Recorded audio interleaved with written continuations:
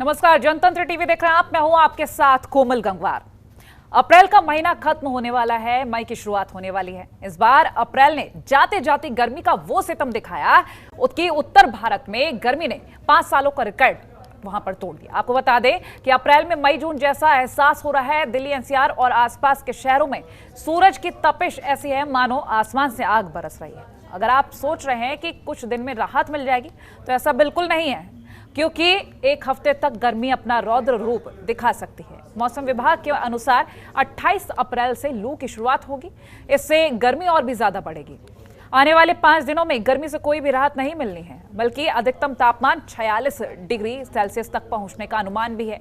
और अप्रैल माह में तपिश ज्यादा होने से आने वाले दिनों में चिंता भी बढ़ जाएगी। बता दें, सोमवार सुबह से ही धूप तेज आपको देखने को मिल रही है। और साथ ही ये भी बता दें कि दोपहर का नजारा ऐसा है कि सड़कें जहां सूनी दिखें तो वहीं धूप से बचाव के लिए लोग गमछा टोपी में नजर आए हैं।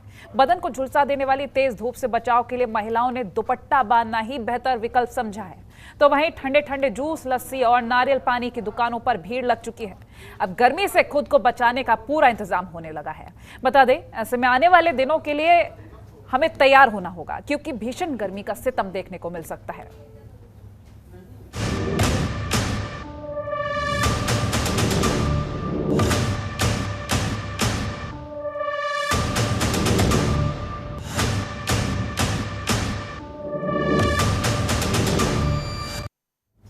इस मौसम में खुद को कैसे बचाएं, ये तो हमें समझना ही होगा। लेकिन मौसम के क्या हाल रहने वाले हैं, मौसम वैज्ञानिक महेश पलावत हमारे साथ जुड़ गए हैं। उन्हीं से हम जानेंगे। बहुत स्वागत है महेश जी आपका जनतंत्र टीवी पर।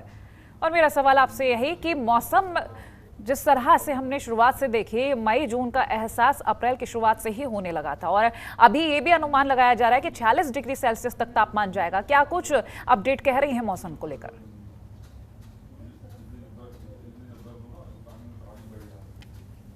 और मार्च के महीने में इतनी गर्मी नहीं होती। सर्दी के बाद पहले वसंत ऋतु आती है। इस बार वसंत ऋतु देखने को नहीं मिली और सीधी गर्मी आ गई। और अप्रैल के शुरुआती जो 10-12 दिन थे काफी ज्यादा गर्म थे, बीच में थोड़ी सी राहत आई थी। लेकिन अभी जो टेम्परेचर है वो 40 के आसपास बना हुआ है और अभी हीट वेव नहीं है। लेकिन क्योंकि 40 डिग्री टेम्परेचर होना चाहिए और 4-4.5 डिग्री का कम से कम उसमें बढ़ोतरी होनी चाहिए, डिफरेंस होना चाहिए, तब जाके हीट वेव आती है। तो हीट वेव आने के चांसेस है 28 तारीख से आ सकती है, क्योंकि लगातार मौसम साफ बना हुआ है। कोई भी आंधी या बारिश की संभावना दिखाई नहीं दे रही है और तापमान 44 डिग्री तक जाने की संभावना है अभी फिलहाल दिल्ली में। और जो 46 और 43 की बात है वो राजस्थान वगैरह में जा सकता है, और बाकी जो मध्य प्रदेश है, खरगोन वगैरह, जो उस इलाके में जा सकता है। दिल्ली से तो 43 और 44 के बीच में टेम्परेचर जा सकता है अगले एक सप्ताह के दौरान, क्योंकि कोई भी राहत नहीं है और लगातार पश्चिम दिशा से गर्म और शुष्क हवाएं चलती रहेंगी। आसमान साफ रहेगा। जी महेश जी, मौसम को लेकर जिस तरह से अनुमान लगाया जा रहा है और ऐसा कहा जा रहा है कि ये इतिहास में पहली बार हो रहा है, और हालांकि हम देखते हैं हर साल तापमान बढ़ ही रहा है, कभी ऐसा नहीं हुआ कि नॉर्मल हमने तापमान देखा हो, तो आखिर क्या कारण लग रहे हैं?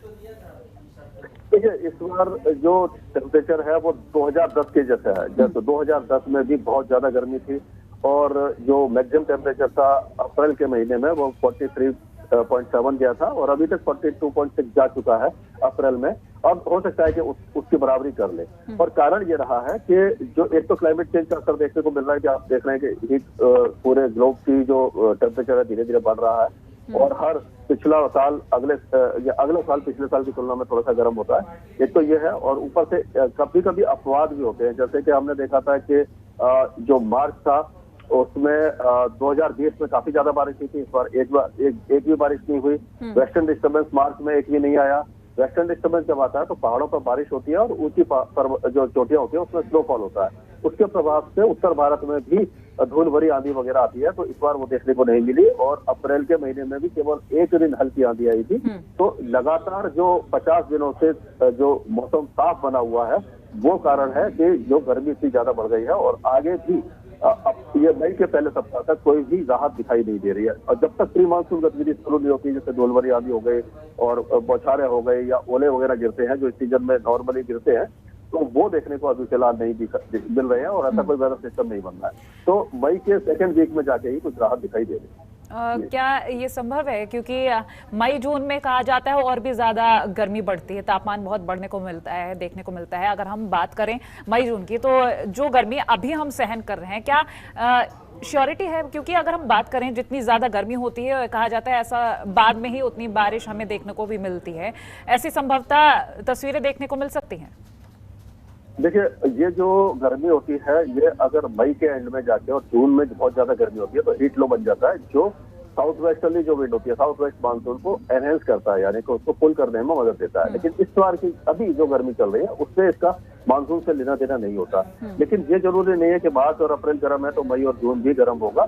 ये केवल डिपेंड करता है कि प्री मानसून गतिविधि नहीं हो रही। अब प्री मानसून गतिविधियां जैसे ही शुरू होंगी और जो उम्मीद दिखाई दे रही है कि अगर कोई यानी कि वेस्टर्न डिस्टर्बेंस तो अभी कमजोर हो जाते हैं, लेकिन अगर कोई वेदर सिस्टम बनता है, साइक्लोनिक सर्कुलेशन बनता है, अरब सागर और बंगाल की खाड़ी से नमी वाली हवाएं आती हैं, तो तापमान मई में और ज्यादा, सबसे ज्यादा गर्म मई में और जून के शुरुआती दौर में होता है। और अगर 45 डिग्री तक तापमान चला जाता है, 40 तक चला जाता है और थोड़ा सा भी नमी मिलती है मौसम में, तो क्या होता है, गरजने वाले बादल बन जाते हैं और उससे धूल भरी आंधी आती है, जो देर दोपहर और शाम में होता है, जो प्री मानसून की जो नॉर्मल पैटर्न होता है। उससे क्या होता है कि बीच बीच में राहत मिलती रहती है। तो अभी फिलहाल राहत दिखाई नहीं दे रही। जैसे हमने देखा था कि 21 तारीख के आसपास थोड़ी सी धूल भरी आंधी आई थी, तो टेम्परेचर 2-3 दिनों तक गिरा रहा था।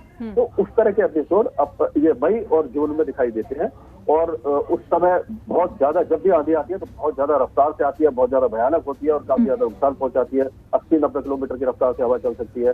तो इस तरह के एपिसोड हमें लग रहे हैं कि जो मई के सेकंड वीक से दिखाई देना शुरू होंगे। और गर्मी तो बहुत ज्यादा होगी, लेकिन बीच बीच में राहत मिलती रहेगी। ठीक है, और ये भी जानेंगे, क्योंकि हम मॉनसून को लेकर बात करें तो इस साल बहुत ही ज्यादा देरी है, और आपने कहा बसंत आना था लेकिन नहीं आया, सीधा गर्मी ही आ गई।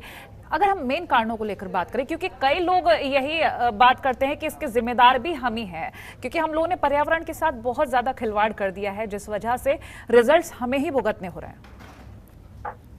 ये जो इकोसिस्टम गड़बड़ाया है, यानी क्लाइमेट चेंज क्यों हो रहा है? क्लाइमेट चेंज हमारे कारण ही हो रहा है, क्योंकि पहले कितने सदियों से तो क्लाइमेट चेंज हुआ नहीं था, धीरे धीरे ही बदला है। अब जो पिछले 20 साल से या 50 साल में जो परिवर्तन आए हैं, जो डेवलपमेंट हो रहा है और अनइवन डेवलपमेंट हो रहा है, ग्रीन कवर हटाया जा रहा है, जंगल काटे जा रहे हैं, और जो खेत हैं उस जगह पर आपने इंडस्ट्री लगा दी और बिल्डिंगें बना दी, जैसे नोएडा और गुरुग्राम देख लीजिए, फरीदाबाद देख लीजिए।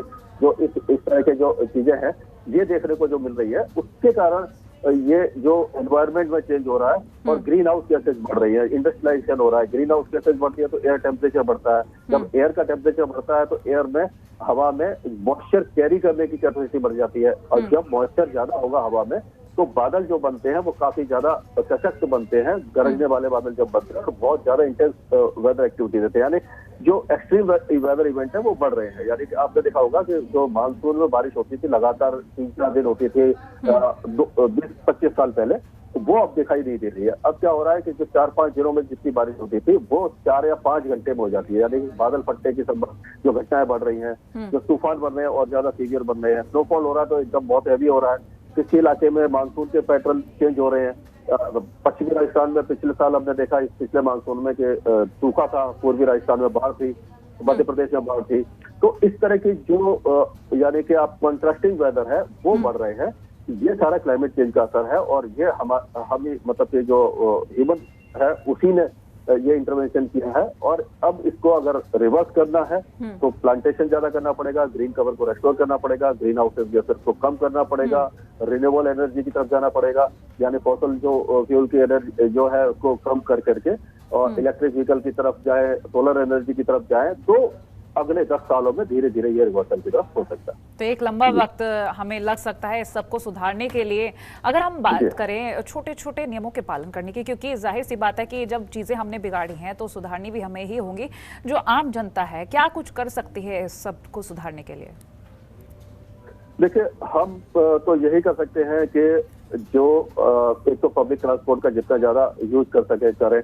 और अब क्या है कि 2 व्हीलर इलेक्ट्रिक आ रहे हैं, 4 व्हीलर इलेक्ट्रिक आ रहे हैं। गवर्नमेंट भी अब धीरे धीरे अपनी जो फ्लीट है, जैसे दिल्ली में ही जो डीटीसी बसें हैं वो इलेक्ट्रिक वाली को लिया जा रहा है। तो इस सब को जब चेंज करेंगे हम भी इसमें कंट्रीब्यूट कर सकते हैं। जो अभी जैसे सूखी गर्मी है तो एसी का इस्तेमाल न करें, कूलर से काम चल जाएगा। इलेक्ट्रिक अप्लायंसेस का जितना कम यूज करेंगे, जो गैसेस बढ़ाती है, यानी कि ग्रीन हाउस गैसेस को बनाती हैं, इसको कम से कम यूज करें। और जो फॉसिल फ्यूल को, यानी कि जो ये आप कह सकते हैं कि कोयला वगैरह है, लकड़ी वगैरह को न जलाएं, इसको यूज न करें। जिससे क्या होता है कि कार्बन और ये जो गैसेज है वो बढ़ती है। तो इस सब को अवॉइड कर करके हम जो रिन्यूएबल एनर्जी की तरफ अगर कोशिश करें, क्योंकि जो हमारे पास इतने, जो आम जनता है उसके पास इतने रिसोर्सेज नहीं होते। गवर्नमेंट भी इसमें प्रयास करे और जितना भी हम कंट्रीब्यूट कर सकते हैं हम करें, और अपने आसपास पेड़ों को लगाएं, घरों के आसपास पेड़ लगाएं, और जो घरों के अंदर भी जो पेड़ होते हैं उसको, मतलब जो पौधे होते हैं उनको लगाएं, तो जिससे कि जितना भी ग्रीन कवर बढ़ेगा उससे हम कुछ ना कुछ कंट्रीब्यूट कर सकते हैं। ये ठीक, महेश जी, ऐसा भी कहा जा रहा है कि हमारी ओजोन लेयर जो है क्षति पहुंच रही है बहुत ज्यादा, और उसको लेकर भी काफी ज्यादा नुकसान हमारे अर्थ को हो रहा है, तो इसी का ये असर हम भुगत रहे हैं। या ओजोन लेयर जो धीरे धीरे उसमें जो कह सकते हैं कि थिन होती जा रही है, क्षेत्र जो बड़ा होता जा रहा है उसका जो वो है, तो उससे क्या होता है कि जो हार्मफुल रेजेस हैं वो भी आ रही हैं, और उससे भी एनवायरनमेंट में असर पड़ रहा है। तो ये सारी चीजें हैं। तो लेकिन इसका इलाज केवल यही है कि जो हमने एनवायरनमेंट को क्षति पहुंचाई है अब तक, क्योंकि अब जो क्लाइमेट जो समिट चलती है पूरे विश्व में, चलता है कि सब हर कंट्री अपना अपना कंट्रीब्यूशन करे और कार्बन का जो उत्सर्जन है उसको कम करे। तो ये सारी चीजें जब सारे पूरा विश्व मिलकर के करेगा, यानी कि जो अगर इंडस्ट्री लगाता है, अभी एक नॉर्म बन रहा है एक तरह से, और होना भी चाहिए कि अगर आप कोई इंडस्ट्री बनाते हैं, लगाते हैं, और आप कितनी कार्बन गैसेस को रिलीज करते हैं एटमॉस्फेयर में, तो उतना ही कार्बन को यानी कि फिर से एब्जॉर्ब करने के लिए आप प्लांटेशन करें या इस तरह के इंतजाम करें या ग्रीन एनर्जी की तरफ जाएं, जिससे कि जितना आप उत्सर्जन कर रहे हैं उतना ही कार्बन वापस एब्जॉर्ब हो सके। तो ये बैलेंसिंग जो एक्ट है वो करना बहुत जरूरी है। ये से केवल बैलेंस होगा और एनवायरनमेंट में जो क्षति है वो रुकेगी, लेकिन इसको रिवर्स करने के लिए हमें और ज्यादा प्रयास करने पड़ेंगे। जैसे मैंने बताया कि और ज्यादा ग्रीन कवर लगाना पड़ेगा, और एनर्जी जो है वो सोलर पावर और जो न्यूक्लियर एनर्जी है और जो ग्रीन एनर्जी है उसी की तरफ हमें जाना पड़ेगा। चलिए महेश जी, आप बने रहिए हमारे साथ। इस वक्त हमारे संवाददाता भी जुड़ गए अलग अलग जगहों से। दिल्ली से ममता चतुर्वेदी, लखनऊ से ओम पांडे और चंडीगढ़ से ओपी शर्मा जुड़ गए हैं। सबसे पहला रुख हम दिल्ली का कर लेते हैं। ममता, अगर हम दिल्ली की बात करें, सबसे ज़्यादा पोल्यूशन देखा जाता है, और आज अगर हम तापमान की बात करें तो वहाँ पर सबसे ज़्यादा गर्मी महसूस की जा रही है। फिलहाल लोगों की तरफ से कैसी तैयारियां दिख रही हैं, कैसे बच रहे हैं, ये तस्वीरें क्या कह रही हैं, आपसे जानेंगे। जी बिल्कुल कोमल, देखिए देश की राजधानी दिल्ली में गर्मी तो है, हालांकि 2 दिन पहले प्रचंड गर्मी थी और ऐसा कहा जा रहा था कि मई जून में जो गर्मी आमतौर पर दिल्ली में होती है उससे लग रहा है कि इस बार मई जून से पहले ही दिल्ली वालों को गर्मी बहुत ज़्यादा सामना करना पड़ेगा। हालांकि अगर आज की हम बात करें तो गर्मी लगातार बहुत ज़्यादा है। लोगों की अगर बात करें तो खुद को बचाने का प्रयास लोग कर रहे हैं, क्योंकि सर पर कपड़ा लोगों ने बांध रखा है और इसके अलावा जगह जगह पर पानी की व्यवस्था है, और खुद को बचाना है तो जलजीरा जैसे या नींबू पानी जैसे तमाम जो चीज़ें हैं जिसको पीने से लू कम लगने की संभावना है, उन तमाम चीज़ों का लोग प्रयोग कर रहे हैं, ताकि गर्मी तो है और गर्मी रहेगी भी, इसका कोई उपाय है नहीं, लोगों को ही खुद को बचाना पड़ेगा। ऐसे में लोग अपनी तरफ से खुद एहतियात बरत रहे हैं। अगर बहुत ज़रूरी नहीं है तो वो घर से बाहर भी जाने से बच रहे हैं, और ज़रूरत है तो घर से बाहर निकलना पड़ेगा। लेकिन अगर देखा जाए तो धूप बहुत ज़्यादा है, गर्मी बहुत ज़्यादा है, और पहले के मुकाबले अगर जिस तरीके से आप बात कर रही थी, ये बात बिल्कुल सही है कि जितनी गर्मी पहले मई और जून में होती थी वो गर्मी अप्रैल में ही दिल्ली वालों को देखने को मिल रहा है। तो ऐसे में लोगों को खुद से ही अपना इंतज़ाम करना है ताकि धूप और गर्मी से वो खुद को बचा सकें। कोशिश लोगों की यही है कि अगर घर से निकलना बहुत ज़रूरी है तो वो सर पर कोई कपड़ा ज़रूर बांधे ताकि गर्मी कम लगे, और इसके अलावा पानी साथ में लेकर चलें, जब भी ज़रूरत हो तो पानी ज़रूर पिए ताकि उनको लू नहीं लगे। तो कहीं ना कहीं गर्मी तो बहुत ज़्यादा है और लोग खुद से ही अपना बचाव करने का प्रयास कर रहे हैं, क्योंकि अगर परिदृश्य की बात करें तो जिस तरीके से ग्लोबल वार्मिंग की बात कही जा रही है कि इन तमाम चीज़ों की वजह से गर्मी जो है समय से पहले आ गई है, और ये पिछले कई बार से देखा जा रहा है कि जब जो मौसम होता है उससे पहले ही उस मौसम की चपेट में लोग आ जाते हैं। तो कुछ वैसा ही इस बार भी देखने को मिल रहा है कि जहाँ जो गर्मी लोग महसूस करते थे मई जून में, वो अप्रैल में ही महसूस कर रहे हैं। तो कहीं ना कहीं जो परिस्थितियाँ भौगोलिक तौर पर बदल रही हैं, ग्लोबल वार्मिंग भी उसका एक बहुत बहुत बड़ा कारण है। इन तमाम चीज़ों की वजह से समय से पहले गर्मी लोग भुगत रहे हैं और खुद से ही कहा जा सकता है कि वो अपना बचाव का इंतजाम भी कर रहे हैं ताकि धूप कम लगे। चलिए ममता, आप बने रहिए। लखनऊ चल लेते हैं। लखनऊ से हमारे साथ ओम पांडे लगातार जुड़े हुए हैं। ओम, लखनऊ में हम बात करें तो 42 डिग्री अधिकतम तापमान देखा जा रहा है। लोगों को काफ़ी ज़्यादा परेशानी भी हो रही है। ऐसे में अगर हम बात करें बचाव की और प्रशासनिक तैयारी, क्योंकि जगह जगह प्याऊ लगाने की भी व्यवस्था की जाती है, फिलहाल लोगों की तरफ से क्या कुछ किया जा रहा है ये भी हम जानेंगे आपसे। देखिए कोमल, आपको बता दूं, सबसे बड़ी बात है कि जो ये गर्मी की मार है वो लगातार जो है वो कहीं ना कहीं आम जनता को झेलना पड़ रहा है। और अगर आज की बात करें तो लगभग 43 डिग्री जो तापमान है वो लखनऊ का दर्ज किया गया है। इस समय जहां पर मैं मौजूद हूं, खुद मैं बता दूं आपको कि मैं एक पेड़ के नीचे यहां पर मौजूद हूं और यहां समझा जा सकता है किस तरह से जो है ये आज 25 अप्रैल है और अब भी अप्रैल के बाद मई और जून कहीं ना कहीं आएगी। और मौसम जिस तरह से अप्रैल के बाद मई जून की बात कही जाए, गर्मी का जो असर है वो और जो झेलना पड़ेगा। लेकिन सबसे बड़ी बात यह है कि जहां पर मैं इस समय खड़ा हूं ये ऐसा पॉस इलाका है, यानी यहां से चंद कदमों की दूरी पर विधानसभा स्थित है। उसके साथ साथ अगर बात करें तो भारतीय जनता पार्टी का मुख्यालय है यही चंद कदमों पर। इसके साथ साथ अगर बात करें राष्ट्रीय लोक दल का भी मुख्यालय यहाँ पर है। और ये इलाका जो है हजरतगंज एरिया है और यहाँ पर जो विधानसभा के तमाम जो हजारों कर्मचारी हैं वो यहाँ काम करते हैं। यानी इसका मतलब साफ है कि ये इस टाइम जो समय है लगभग 3:30 बजे के अधिक समय हो चुका है। यहाँ पर ये पूरा एरिया जो है पूरी तरह से लोगों के लिए भरा हुआ होता था। यानी चाहे अधिकारी हो, कर्मचारी हो, नेता हो, वो यहाँ पर भारी संख्या में यहाँ पर आते थे और आने के बाद जो है वो कहीं ना कहीं जो खाद्य पदार्थ होते थे उसका उपयोग करते थे। लेकिन अगर इस समय की बात कही जाए, जिस तरह से लगातार जो गर्मी का हाल है वो जिस तरह से हाल बेहाल कर रखा है, यही वजह है कि लोग अपने अपने ऑफिसों में इस समय हैं और वो ऑफिस से बाहर नहीं आ रहे हैं। सुबह के समय जब होता है, जिन लोगों को ऑफिस जाना होता है वो सुबह से अपने ऑफिस पहुंच जाते हैं और दोपहर यानी लगभग सुबह से 11 बजे के बाद जो है लोग 5 बजे तक अपने ऑफिस में ही रहते हैं। और ऑफिस के बाद जब थोड़ा सा मौसम ठंडा होता है तब उसके बाद जो है लोग अपने अपने काम के लिए निकलते हैं। लेकिन अगर बात कही जाए तो ये ऐसा यहाँ पर ऐसे एरिया है कि यहाँ पर लोगों के लिए अगर बात करें तो चाहे नींबू पानी हो या फिर जिसके साथ साथ जो अन्य पेय पदार्थ हैं उनका जो है उपयोग लोग जो है, जो निकलने वाले जिनको बहुत ज़रूरत है लोगों को निकलने की, वो निकल रहे हैं और निकलने के बाद जो है वो पेय पदार्थ का उपयोग कर रहे हैं। और ऐसे में कहीं ना कहीं उस जिस तरह से लगातार जो गर्मी से लोगों का हाल से बेहाल है वो कहीं ना कहीं उसको ठीक करने के लिए लगातार इन तमाम पेय पदार्थों का उपयोग जरूर कर रहे हैं। लेकिन राहत की बात कही जाए तो किसी तरह से राहत मिलने के आसार जो है वो नहीं दिख रहे हैं। और यही वजह है कि लगातार कहा जा रहा है कि अभी तो अप्रैल है, आज 25 अप्रैल है और उसके बाद मई जून भी आने वाला समय है और महीना है। और ऐसे में अगर बात करें तो लगातार जो गर्मी से जो मार है वो आम लोगों को जरूर झेलनी पड़ेगी। ये जरूर है कि जो लोग बहुत जरूरी काम है वो घर से निकल रहे हैं और दूसरी तरफ जो लोग हैं वो कहीं ना कहीं अपने घर पे मौजूद हैं और निकलना नहीं चाहते हैं। और यही वजह है कि बिजली का उपयोग भी अब लोड ज़्यादा पड़ रहा है। बिजली का उपयोग लोग एसी कूलर चला करके अपने अपने घरों पे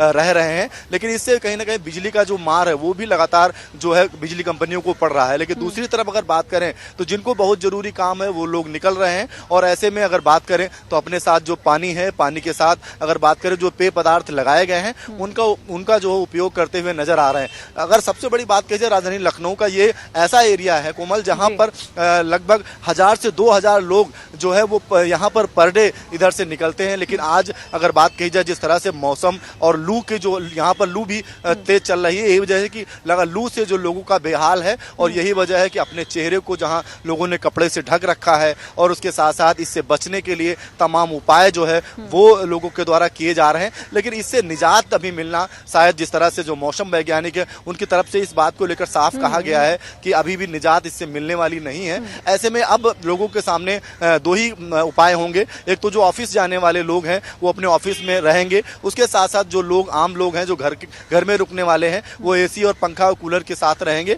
लेकिन दूसरी तरफ जो बहुत जरूरी काम वाले होंगे लोग वो यहाँ से निकलेंगे और अपने काम को करेंगे। चलिए आप बने रहिए। चंडीगढ़ का रुख करेंगे तो ओपी शर्मा हमारे साथ जुड़े हैं। ओपी, हर जगह गर्मी की मार देखने को मिल रही है और गर्मी इतनी ज्यादा बढ़ गई कि लोग एसी कूलर से अलग ही नहीं हट रहे। इस वजह से बिजली संकट तो मंडरा ही रहा है। फिलहाल हम वहां पे लोग किस तरह से मैनेज कर रहे हैं, कैसी तैयारियां दिख रही हैं, क्या कुछ तस्वीरें हैं, ये आपसे जानेंगे।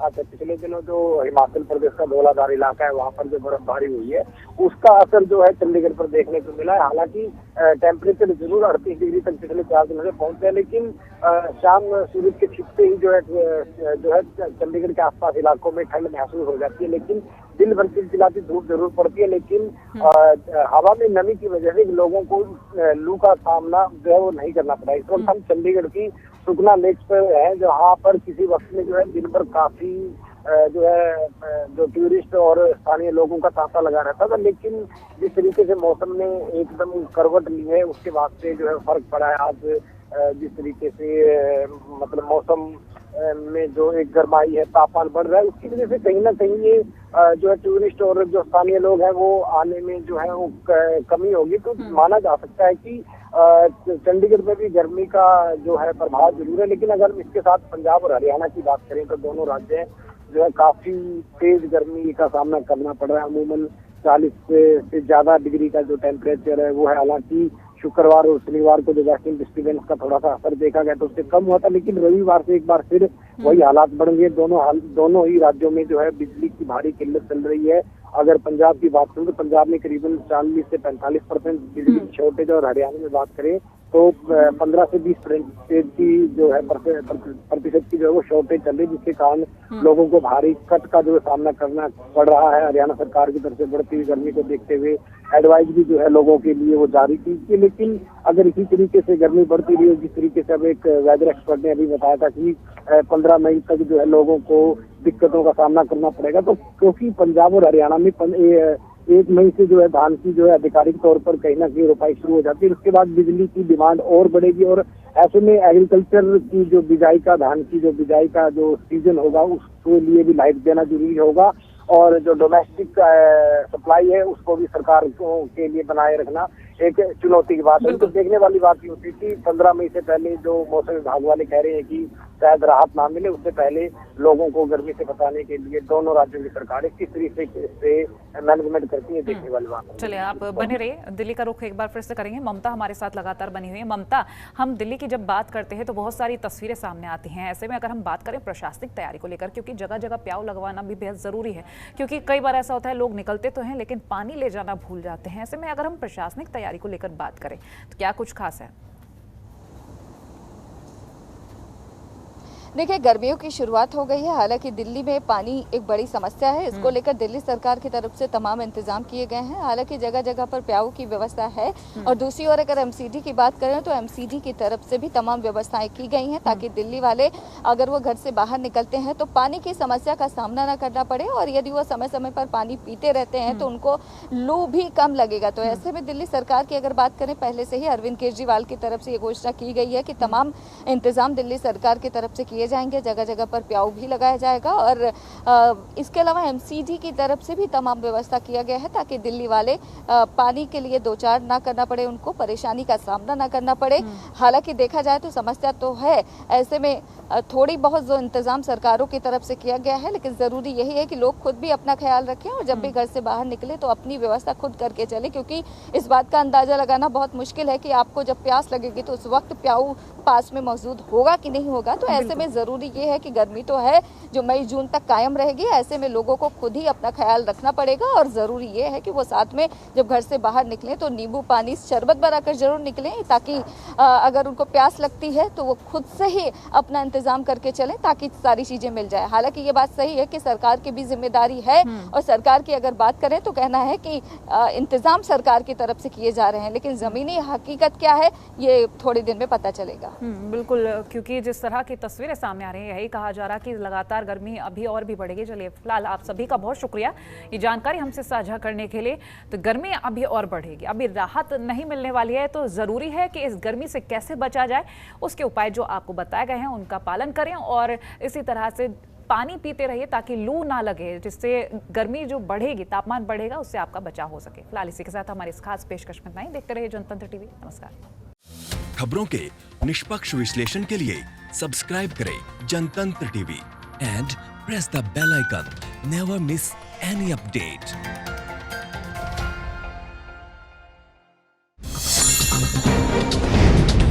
डाउनलोड कीजिए जनतंत्र टीवी ऐप को, जो कि अवेलेबल है गूगल प्ले और ऐप स्टोर पर। अधिक जानकारी के लिए अभी डाउनलोड करें